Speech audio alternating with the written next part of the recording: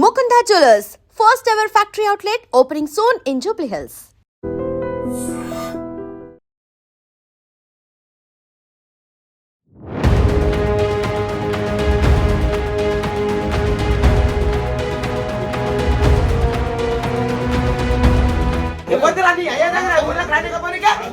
మన మధ్య సందులో వస్తున్నది స్పీడ్ ఉండేది కారు స్పీడ్ ఉండేది వాడు అట్లా ఇడికెళ్ళి అడిగి ఎందుకొని పోయిండు. వికారాబాద్ జిల్లా పూడూరు మండలం రాకంచర్ల గ్రామం. నిన్న సర్పంచులు ఎవరైతే ఎన్నికైనరో వాళ్ళందరూ కూడా అంటే వాళ్ళు గ్రామ సర్పంచ్గా ఎన్నికైన రోజు కాబట్టి చాలా గ్రామాలల్లో పెద్ద ఎత్తున సంబరాలు జరిగినాయి. అంటే ఒక రకంగా జులూస్ లాగా ఒక బారాత్ లాగా పెద్ద ఎత్తున వాళ్ళు ఆ గ్రామంలోకి గ్రాండ్గా సెలబ్రేట్ చేసుకుంటూ వెళ్ళిన పరిస్థితి. రాకంచర్ల గ్రామంలో కూడా అదే చేసిర్రు. ఎన్నికైనటువంటి సర్పంచ్ ఆయన పేరు వచ్చేసి కమ్లీబాయి పెంటయ్య. ఆ గ్రామంలో సర్పంచ్గా ఎన్నికైండు. పెద్ద జులూస్ తీసిండు. మొత్తం అంతా గ్రామస్తులందరూ కూడా ఆ జులూస్లో పాల్గొన్నారు. పెద్ద ఎత్తున ఇక అనమాట. లైటింగ్ కానీ ఆ సెలబ్రేషన్ కానీ మామూలుగా లేదు. అక్కడి వరకు మంచిగానే ఉంది. కానీ ఆ జులూస్లో ఇంకా దాని వెనకాల ఫాలో అవుతున్న కార్లు ఇట్లాంటివి కూడా ఉన్నాయి. మరి ప్రజల మధ్యలోకి వెళ్తున్నప్పుడు ఈ జులూస్లో నడిపే డ్రైవర్లు కానీ అందులో పార్టిసిపేట్ చేసేవాళ్ళు కానీ ఎంత జాగ్రత్తగా ఉండాలి. అందరు ఉంటారు అందులో, చిన్నపిల్లలు పెద్దవాళ్ళు అందరు ఉంటారు. ఆ జులూస్లో స్పీడ్గా ఒక కారు చిన్నారి కేవలం 7 సంవత్సరాలు మాత్రమే, ఆ పాప పేరు వచ్చేసి సౌజన్య. స్పీడ్గా కారు వచ్చిందంటే ఒక్కొక్కసారి మనం కూడా చూస్తూ ఉంటాం కదా, జులూస్లో కొన్ని కార్లు ఎక్కడో వెనకాలకు అయిపోయిన తర్వాత ఫాస్ట్గా మళ్ళా ఆ జులూస్ మధ్యలో జాయిన్ కావాలని చూస్తూ ఉంటారు. సేమ్ అదే జరిగిందట అక్కడ కూడా. అంత ముందటంతా అది వెళ్ళిపోతున్నది, మనం కూడా అందులో జాయిన్ కావాలి అని ఒక కార్ని స్పీడ్ తోలే ప్రయత్నం చేసిర్రు. దీంతో చూసుకున్నాడా చూసుకోలేదా, మరి మద్యం తాగినరా ఇంకేమైందో తెలియదు. మరి ఇంత పెద్ద జులూసు అని అంటే మనం ఊహించుకోవచ్చు ఎట్లుంటుంది ఏంది అనేది. అది రాత్రిపూట జరిగినటువంటి జులూస్, అది సంబరాలలో భాగంగా ఇవన్నీ కూడా మనం చూస్తూ ఉంటాం. మరి డ్రైవర్ గమనించలేదా లేకపోతే మద్యం మత్తులో ఉన్నాడా తెలియదు కానీ ఫాస్ట్గా వచ్చి ఆ అమ్మాయి పైనుంచి కారు ఎక్కిచ్చేసిండు. 7 ఏళ్ళే కదా పాపం, చిన్నారి చాలా చిన్నగా ఉంది, చాలా ముద్దుగా ఉంది ఆ పిల్ల. వెనక రెండు సార్ల టైర్లు ఎక్కేసినాయి. దీంతో అసలు మొత్తం ఇక ఆ రక్తపు మడుగులు, ఆ కన్న తల్లి కూడా ఆనే ఉంది. చూడ్డానికి అందరు వచ్చారు ఇక గ్రామస్తులు కూడా. ఇక ఇంటికి పోదామన్నటువంటి క్రమంలో ఇది జరిగిందట. ఆ అమ్మాయి కారు కింద నలిగిపోతుంటే ఆ కన్న తల్లి అంటే కొద్దిగా దూరంలో ఉంది, వచ్చి చూసే లోపలనే కారు ఎక్కింది పోయింది. కొద్ది దూరం కూడా వెళ్ళిపోయిందట. పిలుస్తుంటే కూడా ఆ సౌండ్లకి ఏమి వినవడలేదో, అసలు గమనించలేగా. పాపం మొత్తం రక్తపు మడుగులో అసలు ఆమె ఆ కన్న తల్లి మొత్తుకోవడం స్టార్ట్ చేసింది. చుట్టుపక్కల గ్రామస్తులందరూ కూడా వచ్చిండ్రు. దీంతో పూర్తిగా అక్కడ హాహాకారాలతోని కంప్లీట్లీ ఆ సంబరాల మూమెంట్ అంతా కూడా రక్తసిక్తం అయిపోయిన పరిస్థితి. చిన్నారి టోటల్లీ వాళ్ళ అమ్మ చేతుల్లోకి తీసుకుంటే మొత్తం మొహం నుంచి ఇదంతా బాడీ అంతా కూడా రక్తం అయిపోయింది. ఆమె చేతులలో ఆ అమ్మాయి అంటే ఉలుకు పలుకు లేకుండా పడి ఉన్నది. దీంతో ఆ కన్నతల్లి పరిస్థితి ఏందో మనం ఊహించుకోవచ్చు. ఆమె చెప్తుంది ఏమైందమ్మా అంటే చెప్తుంది ఇట్లా జరిగింది అని.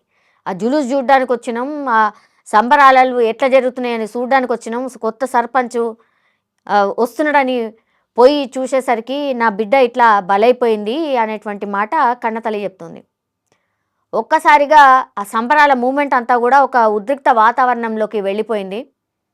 అక్కడ మీ జులూస్లోనే ఈ పాప చనిపోయింది అని ఇప్పుడు ఎవరైతే సర్పంచ్గా ఎన్నుకోబడ్డాడో ఆయన దగ్గరకు పోయి అడిగితే, కమ్లీబాయి దగ్గరకు పోయి అడిగితే ఇదంతా కూడా రాజకీయ కక్ష, కావాలని అసలు మా మీద బురద జల్లే ప్రయత్నం చేస్తున్నారు, కావాలని ఇదంతా చేసి మా మీదనే కుట్ర చేస్తున్నారు, అసలు ఆ అమ్మాయి మా జులూస్ కారు కిందనే వాళ్ళే, ఇగో ఇట్లా వితండవాదానికి దిగిండట. సరే సర్పంచ్గా ఎన్నికైండ్రు, సంబరాలు గంత పెద్ద ఎత్తున జరుగుతున్నాయి, వీళ్ళందరూ ఓట్లు వేయకుండానే వీళ్ళందరూ మద్దతు లేకుండానే మీరు సర్పంచ్ అయినరా?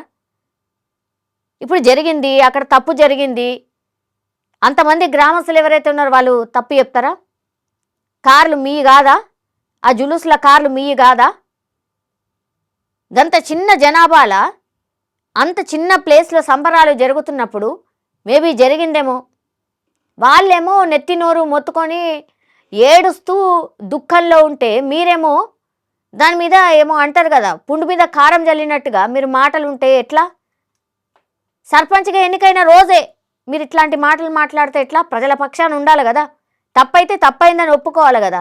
దీన్ని కూడా రాజకీయ కక్ష, మా మీద కావాలని కక్ష కట్టిండ్రు, మేము సర్పంచ్ అవ్వడం ఇష్టం లేదు అని మాట్లాడడం ఎంతవరకు కరెక్ట్? సర్పంచ్ గారు మీరే ఒకసారి ఆలోచించుకోండి.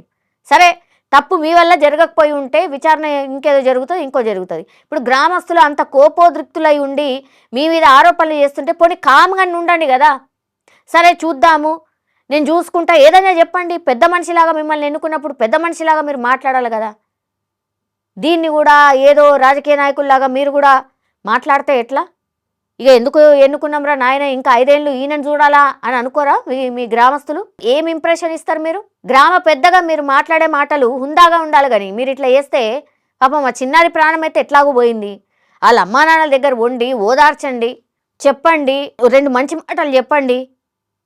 మీరు దీన్ని కూడా ఏదో నా మీద వేస్తున్నారు, నాకు దీన్ని అంటగడుతున్నారు అన్న టైప్లో ఫీల్ అయితే ఎట్లా?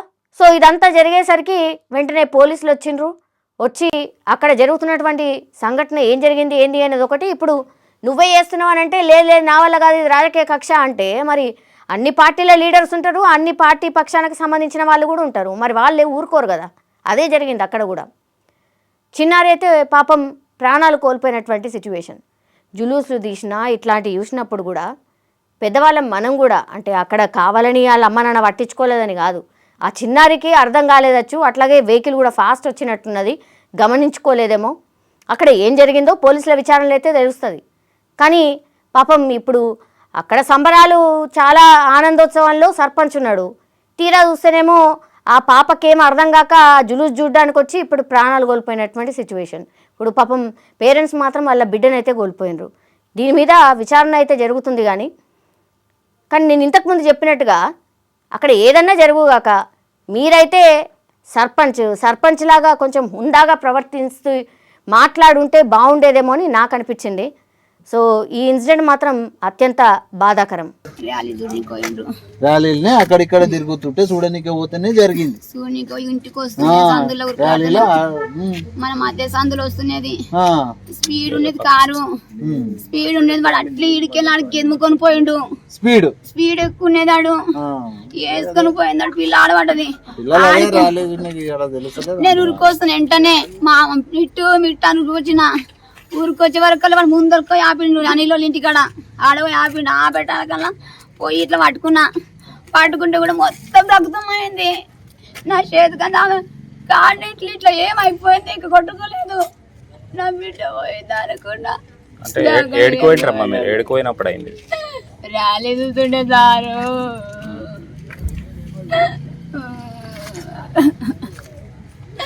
నా మోహన్కి ధైర్యం ఉండే సారు.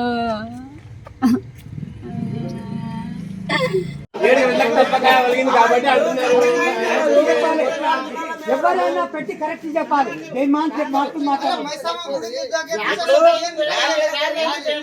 ఇప్పుడు మాకైతే తెలియదు, బాంబులు చేసి ఏడ స్టార్ట్ అయింది, పిల్ల ఏడ చనిపోయింది, నాకైతే తెలియదు.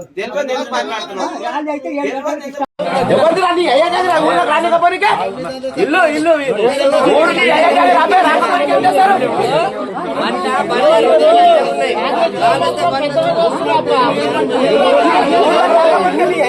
ఊర్లోకెళ్ళి వస్తారా పోయి మాట్లాడారు.